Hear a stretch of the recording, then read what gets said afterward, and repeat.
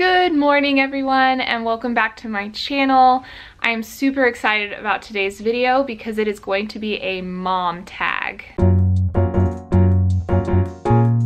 So I've got my cup of coffee and I've got my list of questions here. I pulled them all from Emily Norris's channel, so if you're not familiar with who she is, you definitely need to go check her out. I will leave a link to her channel in the description below. She is seriously one of the reasons why I started a YouTube channel. She is amazing. She has 3 little boys and she's been a working mom, and I guess, you know, technically she is still a working mom because she does YouTube full time, but she also just offers so much helpful information about tips and tricks on how to balance mom life with work life and personal life, as well as a lot of posts about how to be happy, how to be organized, and all of that good stuff. So like I mentioned, I pulled this list of questions from her channel. She recently did this video about a week ago. By the time I get this uploaded, it will be about a week ago. And she, in her video, invited other mom YouTubers to make videos of their own. And she also invited people to leave comments to the answers of the questions in her comments. And so I'm going to do the same for you.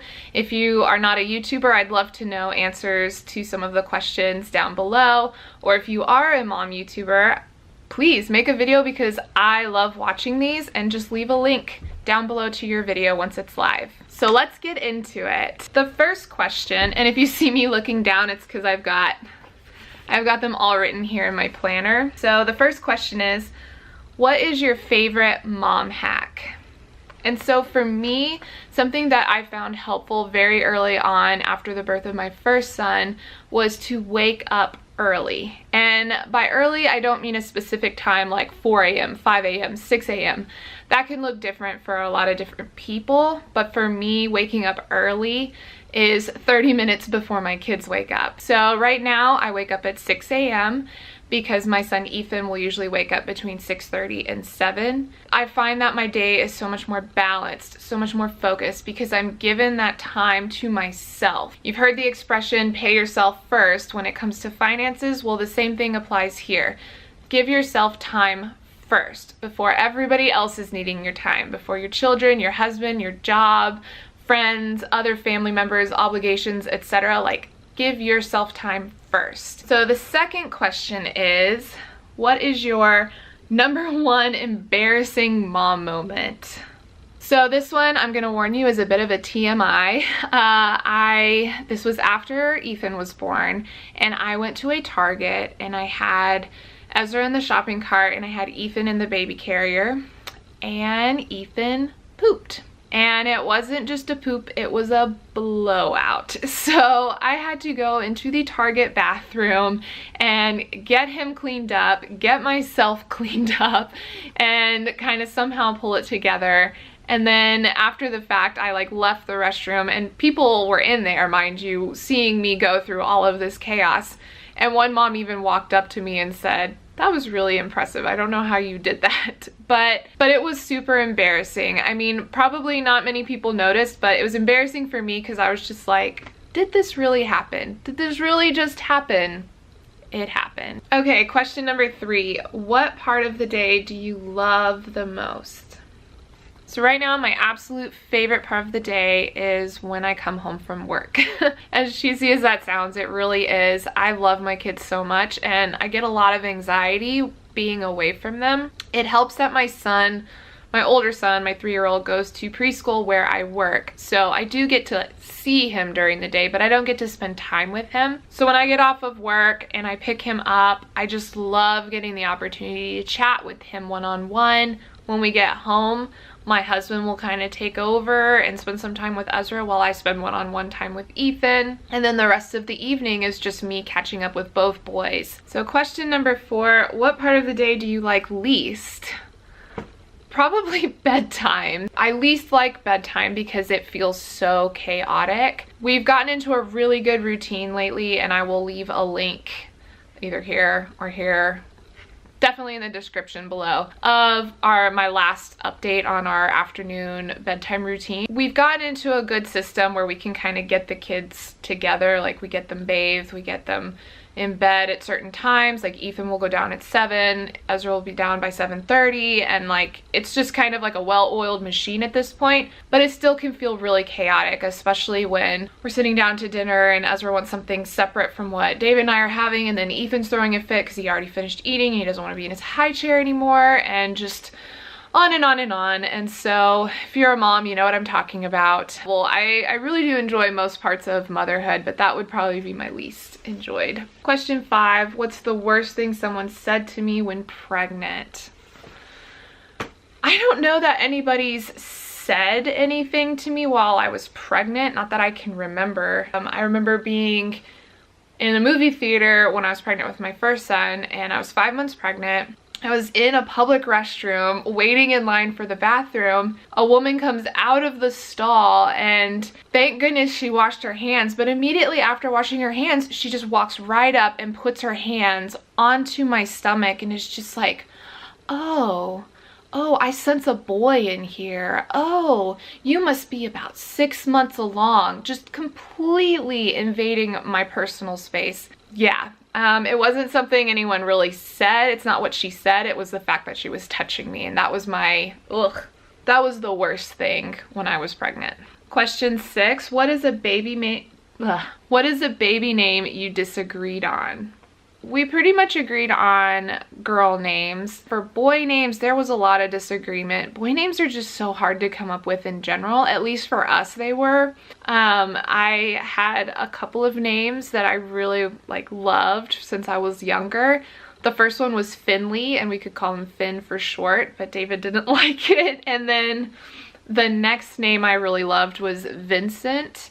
And I had the whole idea of naming our son Vincent Alexander because I just felt like that's such a regal name. Like, I really loved the way it sounded, but David disagreed. And for David, he really loved the name Noah, but I wasn't sold on that name. Question 7, do you co-sleep? Yes and no. Kids have never slept in bed with us. Ezra did maybe a handful of times when he was really sick, or if we were like traveling. I would, tuck him in bed with us, but we had one of those, they're like little bassinets that you stick in the bed with you, so it had the little ledges so that we wouldn't worry about rolling onto the kids. But for the most part, I kept both boys in the bedroom with us up until they were 3 months old, and it was in like a little side sleeper, like a bassinet right next to our bed. And then we transitioned them to their cribs, and they've been in their own rooms ever since. Lately, Ezra has been expressing interest in sleeping in our room, and I don't really give into it because I don't want to start a habit of him always being in our bed with us. But if it's early in the morning, because sometimes he will wake up early, like at 5-ish, and so I'll have him use the potty, and then I say, okay, you can come lay in bed with us until the alarm goes off. And so then he'll do that. Don't get my mommy morning routines on those days, but really that's only happened 3 times, and I'm okay with it because they're only little once. Question 8, what baby product have you bought but never used? We pretty much used every baby product we bought. Oh no, I lie. I take that back. The baby product we bought but never used were the reusable diapers. I invested in some reusable diapers because I was dead set on doing cloth diapering, and I tried once, and Ezra, this was for my first, he was so lanky. He was such a skinny little baby that the diapers, I just couldn't get them tight enough in all of the places that they needed to be tight, and so it just didn't hold anything, and so I caved, and after a couple of tries, I switched over to disposables, and I haven't really gone back. I don't know, that was kind of like a little tangent, but I hope that answers the question. Number 9, what are your 3 hospital bag must-haves? Nipple cream. Gotta have it, especially if you're gonna breastfeed, because whether you've done it 1 time or 5 times, there is a period where your nipples are going to be sore and they're going to be cracked because the baby has to learn how to nurse and you have to learn how your baby nurses. The next would be very comfortable underwear. So the hospital gives you that mesh underwear and then like the jumbo size pads and all of that stuff. I hated using it. I mean, I would use it there. But I also had David go to Walmart after Ezra was born, and I used these when Ethan was born. They're basically these ginormous granny panties, but they're a lot more secure, and it just made me feel a little more normal versus like having to put these weird stretchy mesh things that are like a one size fits all. So yeah, get some granny panties, get some nipple cream, and then for my third item, I always would bring something from home that I would know would give me comfort. Ezra, I didn't really have that because it was a very complicated, traumatic birth experience. I went from a birth center with a midwife to an emergency C-section, and so I didn't really have like a hospital, like a comprehensive hospital bag packed for that. But with Ethan, I knew I was gonna have a scheduled C-section. I knew what all was gonna happen, and so I packed in some, like my journal, like a book that I like to read. I packed in different items that were part of my routine at home so that when I was in the hospital recovering, I could kind of mimic that and feel a little bit more grounded. Question 10, are you a routine type of person or a go with the flow type of mom?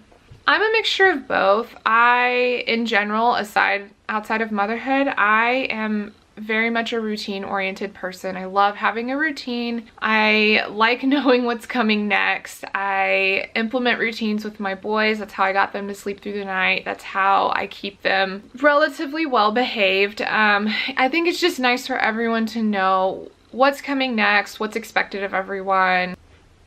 Question 11, what labors did you have and what pain relief did you use? Okay, so I kind of already mentioned that. Ezra, my first, I planned for an all-natural birth center birth, and I pretty much had that up until the delivery part. So I went into labor at home around 4 p.m. I labored there, my doula came over, we kind of monitored my symptoms, and then when the contractions got really painful, really strong, we went into the birth center.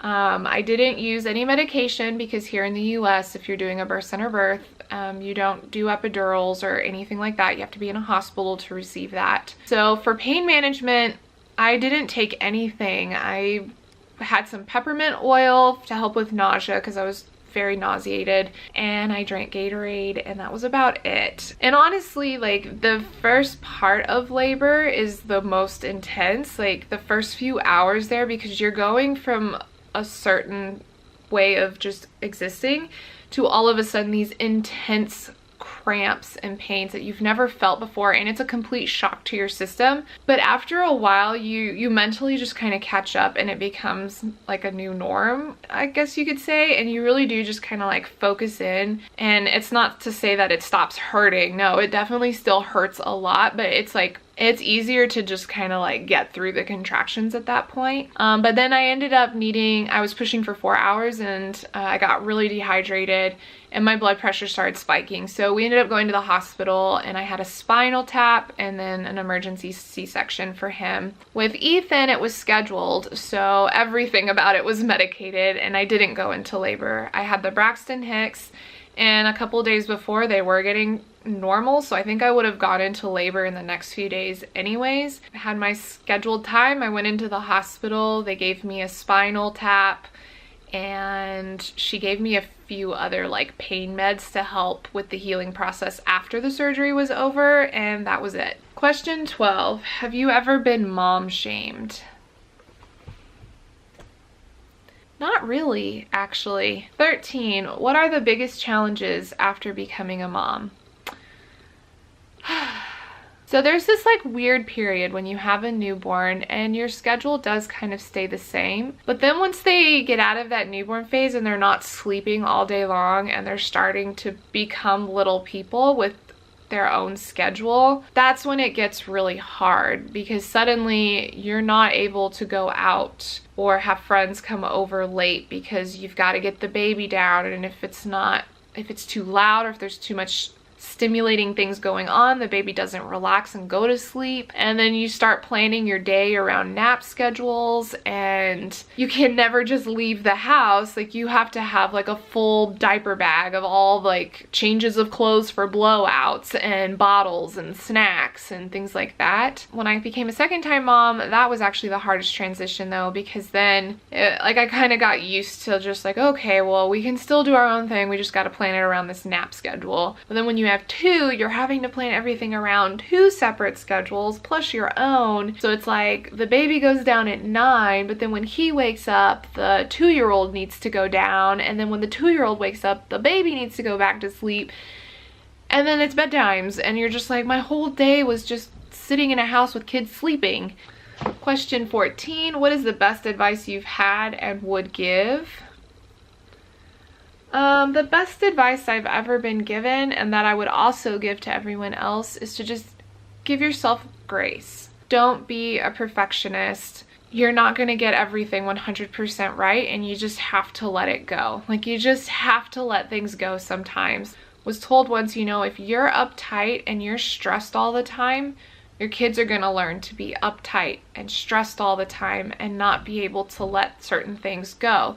You have to model for your children what you want for them. And so for me, it's definitely been like, okay, I just need to let this go, and I need to show my kids that it's okay for things not to go according to plan, or for things to not happen the way you would like them to, things like that. 15, who is your mom crush?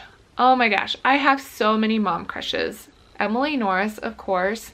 I've also watched Brittany and Baby for a very, very long time. And I'm gonna leave links to all of these channels down below, so that if you haven't heard of any of these ladies, you can go check them out yourself. So I like watching Miss Kristin Linton, but I think she changed her name to Calm Kristin. Tara Shadeg, and I'm sorry if I said your last name wrong. Elise and Eloise. Lepsky's Life. I love the Small Things blog. She's a mom, but she does mostly like makeup tutorials. Brittany Boren Leach, because she's also a Texas gal near where I live. And oh my gosh, I've recently started following this one amazing mom, and I can only remember her Twitter handle right now, which is Mom Sanity. Yeah, definitely check out the links down below for all of the mom YouTubers that I follow. If you yourself are a mom YouTuber and we are not friends yet, please introduce yourself down below and leave a link to your channel so that we can connect. And yeah, just like Emily Norris, I'm inviting all of you to participate, whether you are a mom YouTuber or not. I hope you all are having a wonderful Sunday and that you have a wonderful start to your week tomorrow. Bye!